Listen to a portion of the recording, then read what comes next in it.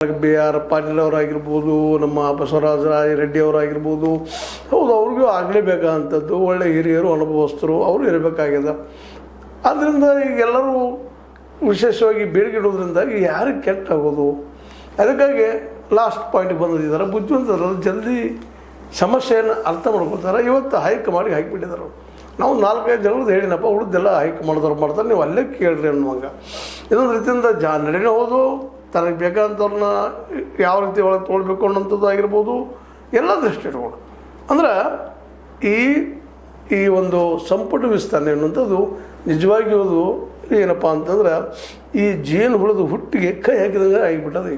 ಈಗ ಅಲ್ಲಿ ಕಳಿಸ್ಕೊಂಡಿದ್ದಾರೆ ಸಾಕಷ್ಟು, ಇನ್ನೂ ಆಗಲಿಕ್ಕತ್ತದ. ಅದಕ್ಕಾಗಿ ಆ ವಿಷಯವನ್ನು ಬಿಟ್ಟುಕೊಂಡು ಈಗ ಮುಖ್ಯವಾಗಿ ಏನು ಕೆಲಸ ಮಾಡಬೇಕಾಗಿದೆಪ್ಪ, ನಾನು 100 ಕಡೆ ಲಕ್ಷ್ಯ ವಹಿಸ್ತಾ ಇದ್ದಾರೆ ಅಂತ ಅನ್ನಿಸ್ತಾಯಿದೆ. ಯಾಕಂದ್ರೆ ಏನಿದ್ರು ಇಲ್ಲೇ ಈಗಾಗಲೇ ಮೊನ್ನೆ ನಡೆದ ಒಂದು ಕಾರ್ಯಕ್ರಮದಲ್ಲಿ ನೋಡಿರ್ಬೋದು.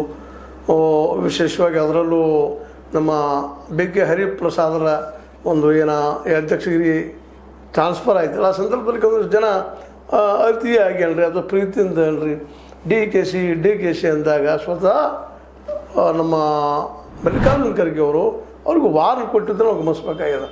ವಾರ್ನ್ ಕೊಟ್ಟು ಆ ರೀತಿ ಅನ್ಕೊಡೋದು ಇಲ್ಲೆಲ್ಲರೂ ಅಷ್ಟೇ, ಕಾರ್ಯಕರ್ತರು ಎಲ್ಲರೂ ಅಷ್ಟೇ ಅಂತೇಳಿ ಬೆಳೆಸುವಂಥ ಕೆಲಸ ಮಾಡಿದರು. ಅಂದರೆ ಇದರ ಅರ್ಥ ಒಂದು ಸಾಮೂಹಿಕ ನಾಯಕತ್ವದಲ್ಲಿ ಇದು ಬೆಳೆಸ್ಕೊಂಡು ಹೋಗಬೇಕು. ಒಬ್ಬ ವ್ಯಕ್ತಿನಿಷ್ಠ ಇಲ್ಲಿ ಬೆಳೆದು ಬೇಡ ಅನ್ನುವಂಥದ್ದು ಈ ಹೈಕಮಾಂಡದ ವಿಚಾರ ಅಂತ ಅಂತ ಇದೆ. ಮತ್ತು ಇನ್ನೊಂದು ಇಲ್ಲಿ ಭಾಳ ಸೂಕ್ಷ್ಮವಾಗಿ ಗಮನಿಸಬೇಕಾಗಿದ್ದು, ಸಿದ್ದರಾಮಯ್ಯನವರಿಗೆ ಆರ್ಡರ್ ಮಾಡುವಷ್ಟರ ಮಟ್ಟಿಗೆ ಹೈಕಮಾಂಡ ಏನಪ್ಪ ಅಂತಂದ್ರೆ ಶಕ್ತಿಶಾಲಿ ಇರಲಿಲ್ಲ. ಆದರೆ ಅವರು ಏನಪ್ಪ ಏನು ಹೇಳಿದ್ರು ಒಂದು ಅವ್ರಿಗೆ ಮೃದುವಾಗಿ ಅವ್ರ ಮನವೊಲಿಸಿ ಹೇಳಬೇಕಾಗಿತ್ತು.